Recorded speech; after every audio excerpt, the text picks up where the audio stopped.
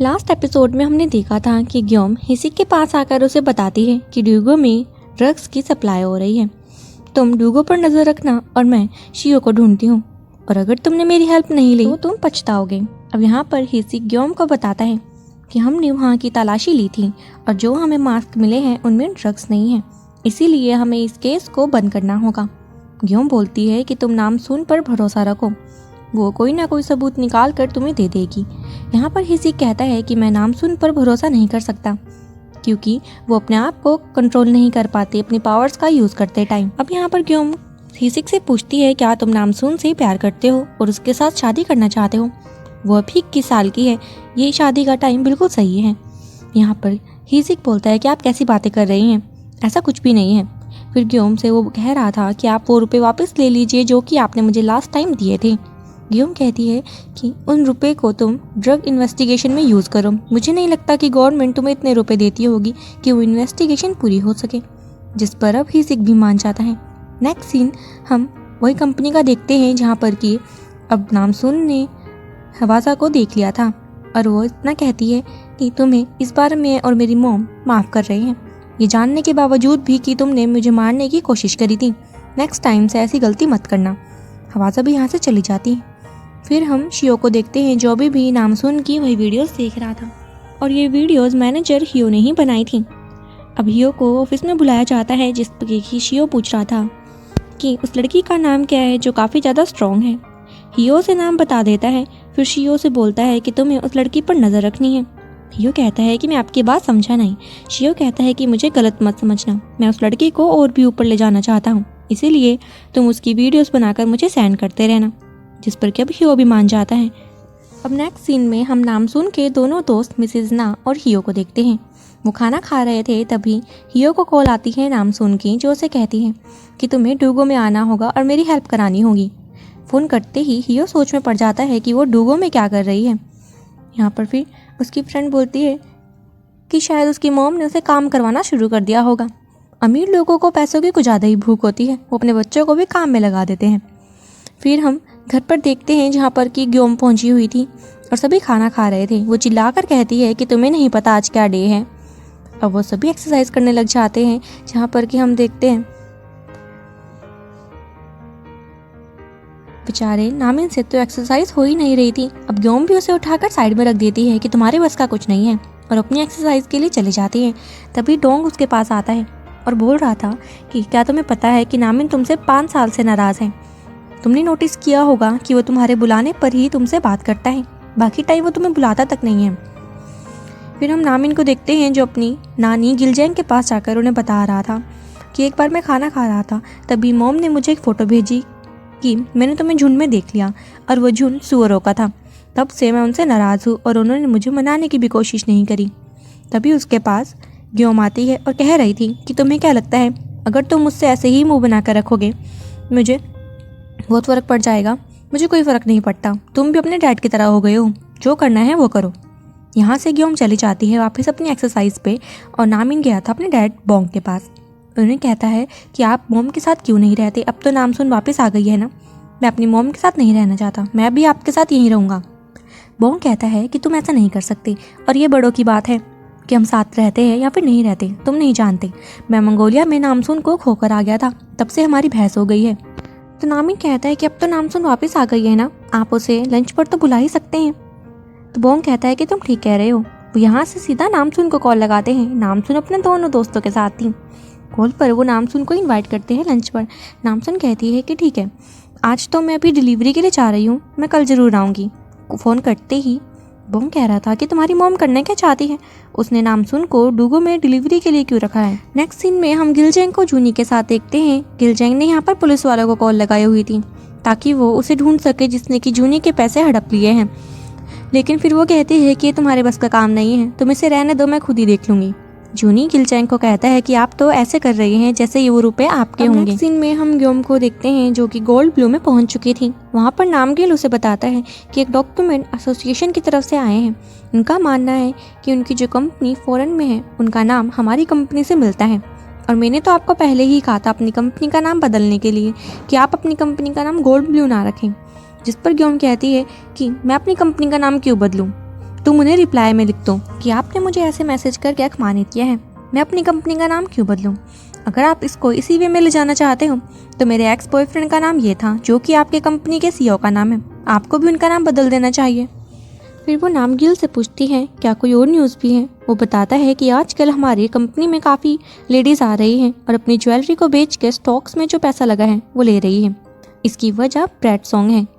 तो फिर वो कॉल लगाती है कि मुझे उससे दोबारा मिलने के लिए जाना ही होगा और उसकी अपॉइंटमेंट भी फिक्स हो जाती है। तभी हम ब्रैड सॉन्ग को देखते हैं जो कि एक लेडी के साथ बैठा हुआ था। लेडी ब्रैड सॉन्ग से कहती है कि मैं आपको धन्यवाद करना चाहती हूँ, क्या आप मेरे साथ लंच पर चलेंगे क्योंकि आपने मेरे रुपए दुगने कर दिए हैं। ब्रैड सॉन्ग भी बोलता है कि ये तो हमारे पॉलिसीज़ के खिलाफ है, बट मैं आपके लिए इतना सोच सकता हूँ। फिर वो लेडी बाहर को जाती है। बाहर ग्योम बैठी हुई थी और ग्योम उस लेडी को जानती थी। वो लेडी ग्योम के पास जाती है और कह रही थी कि यह आदमी काफ़ी ट्रस्टी है, तुम अपने रुपए इससे डबल करवा सकती हो। अब ग्योम अंदर जाती है। पहले तो वो ब्रैड सॉन्ग का रियल नेम पूछती है। वो अपना रियल नेम उसे बता देता है कि मेरा नाम सुयोंग है। फिर यहाँ पर ग्योम सुयोंग को स्कैमर कह रही थी। ये सुनकर उसे गुस्सा आ जाता है और ग्योम कहती है कि मैं देखना चाह रही थी कि तुम्हें गुस्सा भी आता है, नेक्स्ट टाइम मुलाकात फिर से होगी। और यहाँ से वो चली जाती है। पार्किंग एरिया में पहुंचकर ग्योम ने एक लेडी को कॉल करके कहा था कि मैं शियो से मिलना चाहती हूँ, एक मीटिंग फिक्स करवाओ। तभी सीन शिफ्ट होता है और हम नामसिक के साथ डोंग को देखते हैं। वो अपने सीनियर ऑफिसर के पास गए हुए थे और वो अपने सारी ड्रग रिपोर्ट्स उन्हें दे देते हैं जो भी उन्होंने अब तक इन्वेस्टिगेट किया था। यहाँ पर सीनियर पानी पीने लगते हैं और उन्हें देखकर डोंग को भी प्यास लगने लगी थी क्योंकि वो ड्रग्स के नशे में था। तभी वहाँ पर हिसिक उसे रोक देता है पानी पीने से। फिर जब वहाँ से वो जाने लगे थे तो डोंग बेहोश होकर नीचे गिर जाता है और हिसिक उसे संभालता है। अब हिसिक टोंगचू को लेकर हॉस्पिटल की तरफ जा रहा था और अपने साथियों को भी कॉल कर देते हैं, जहाँ पर उसने कॉल की थी यंगते को और बताया था कि ऐसा कैसा हो गया है और मैं ऑफिसर को अब हॉस्पिटल में ले जा रहा हूँ। तभी पीछे से डोंगचू खड़ा होता है और हिसिक को कह रहा था कि मैं हॉस्पिटल नहीं ले जा सकता, तो मुझे वहाँ नहीं ले जा सकते क्योंकि अगर मैं वहाँ गया तो लोग सोचेंगे कि एक ऑफिसर और वो भी ड्रग लेता है, मैं ये सब सहन नहीं कर पाऊंगा, तुम प्लीज़ मुझे अपने घर ले चलो और मेरी जान को बचा लो। अब हिसिक ऐसा ही करता है, वो डोंगचू को अपने घर ले जा रहा था। तभी हम पुलिस स्टेशन में देखते हैं फिर से जहाँ पर कि वो एक आदमी की शक्ल को पहचानने की कोशिश कर रहे थे। ये आदमी वही है जिसने कि लास्ट टाइम पुलिस स्टेशन में आकर वो मास्क एक कैदी को दिया था जिसके कारण उसकी मौत हो गई और वो उस आदमी की शक्ल भी देख लेते हैं। वापस हमें हिसिक को दिखाया जाता है जो डोंगचू को लेकर अपने घर पर पहुंच गया था। वो डोंगचू के हाथों को हथकड़ी से बांध देता है और यहाँ पर यंगते भी पहुंच जाता है। यंगते वहाँ पर हिसिक से बात करते हुए कह रहा था कि मैंने उस ट्रक वाले मास्क को छुपा दिया था लेकिन पूरे दिन डोंगचू उन्हें ही ढूंढते रहे। हिसिक कहता है ये सब मेरी गलती है, मुझे उस मास्क को वहाँ पर रखना ही नहीं चाहिए था। तो यंगते कहते हैं हमें किसी भी हालत में डोंगचू को बचाना ही होगा। अब नेक्स्ट सीन में हम नामसून को देखते हैं जहाँ पर कि अपने दोस्तों के साथ डिलीवरी करने के बाद पहुँच गई थी घर पर। वो यहाँ से सीधा हिसिक को कॉल लगाती है और पूछ रही थी कि क्या तुम ठीक हो, हमारी आवाज़ भी काफ़ी सैड लग रही है। हिसिक कहता है कि हाँ मैं बिल्कुल ठीक हूँ। वापस घर की तरफ देखते हैं जहाँ पर हिसिक कुछ पुराने ड्रग्स केसेस देख रहा था कि उनकी मौत कैसे हुई।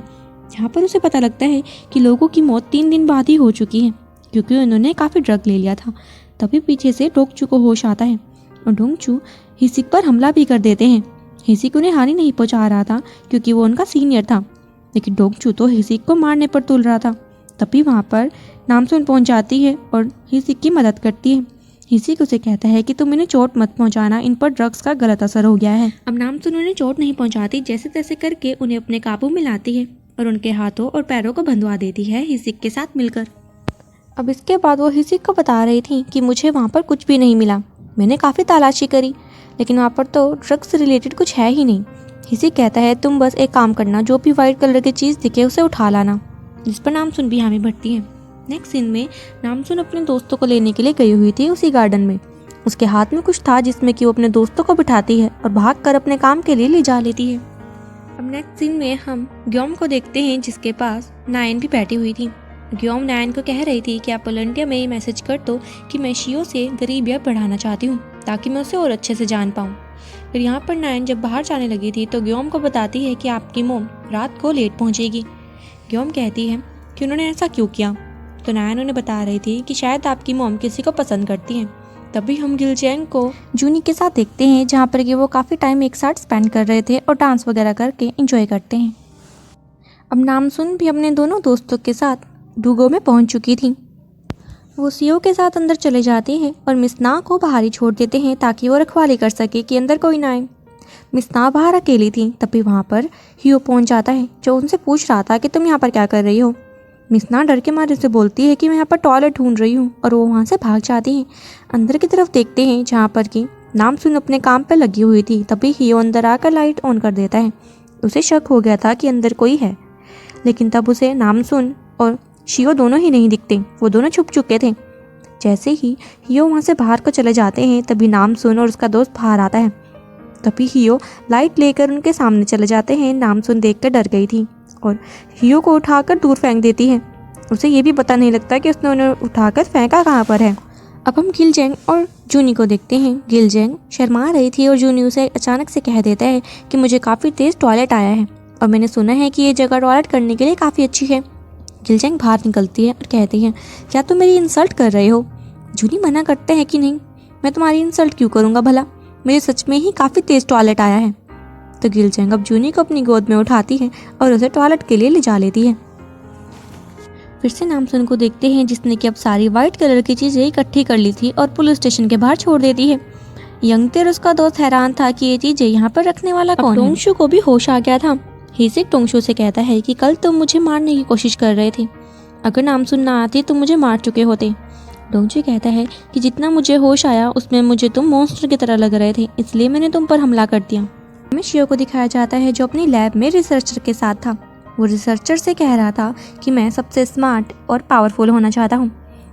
तो रिसर्चर उसे बताता है ऐसा हो सकता है, लेकिन इससे तुम्हारी जान को भी खतरा हो जाएगा और जो चीज़ हमें ड्रग बनाने में हेल्प कर रही है वो अब ख़त्म होती जा रही है, हमें दूसरी कंट्री से उसे मंगवाना होगा। तभी वो आदमी भी अंदर आता है जिसे कि पुलिस वाले ढूंढ रहे थे और उन्होंने उसके चेहरे को ढूंढ भी लिया था।